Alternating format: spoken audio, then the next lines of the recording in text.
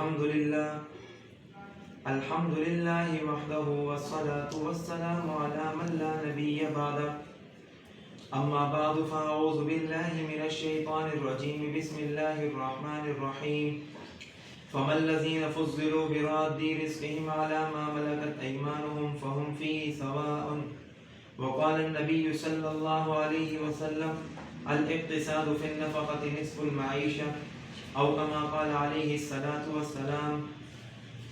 میرے واجب الاحترام قابل صد تکریم محترم اساتذہ کرام اور میرے ہم سفر محمد طلبہ کرام ساتھیوں، آج میں جس موضوع کو لے کر حاضر خدمت ہو رہا ہوں وہ ہے اقتصادی نظام اسلام اور دیگر ادیان میں موازنت۔ عزیزان ملت، اصطلاح لغت میں قصد اقتصاد کو میانہ روی اور اعتدال سے تعبیر کیا جاتا ہے، اور اصطلاح معیشت میں ایسے وسائل کو کہتے ہیں جو دولت و ثروت کے پیدا کرنے کے مناسب طریقے اور اس کے خرچ کے صحیح استعمال اور اس کی ہلاکت اور بربادی کے حقیقی اسباب بتا سکیں۔ سامعین ذی وقار، اس جہان رنگ و گل میں بہت سے طریقہ معیشت رائج ہوئی، بہت سے مذاہب نے اقتصادی نظام کے فارمولے پیش کیے، مگر جو طریقہ اقتصاد حلقہ اسلام کے جوار رحمت سے عالم کائنات کو منحا ملا وہ دیگر مذاہب میں مفقود نظر آتا ہے۔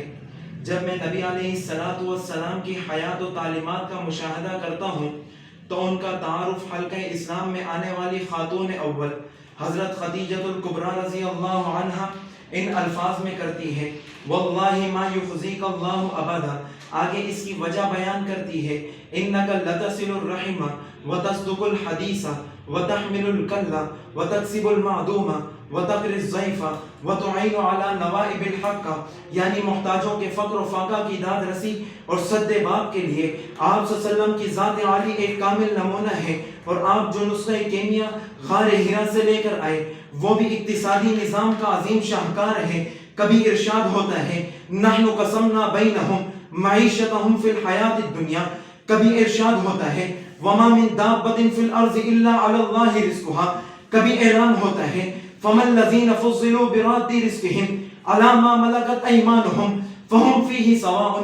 معلوم ہوا، ہمیں پتہ چل گیا کہ اقتصادی نظام کا بحر ذخائر اگر کہیں سے نکلتا ہے، اگر کہیں سے پھوٹتا ہے تو وہ صرف اور صرف دامن اسلام سے پھوٹتا ہے۔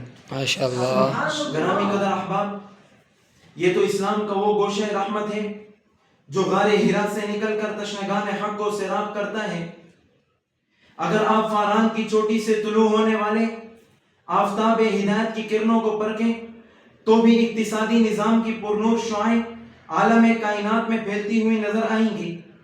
الاقتصاد فی النفقۃ نصف المعیشہ، کبھی ارشاد ہوتا ہے من فقہ الرجل رفقہ فی معیشۃ، کبھی اعلان ہوتا ہے ان اللہ فرض علی الاغنیاء فی اقواتہم بقدر ما یکفی فقراءہم۔